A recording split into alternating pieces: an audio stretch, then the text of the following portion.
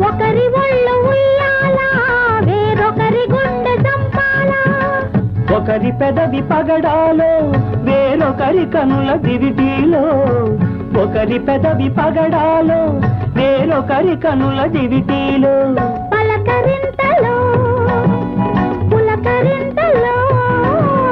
పలకరింతలో పులకరింతలో ఏమో ఏమగునో గాని ఈ కథ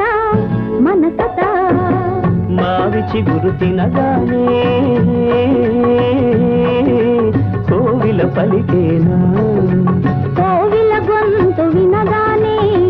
మావి చిగురు తొడిగేనా ఏమో ఏమనునో గాని ఆమని ఇవని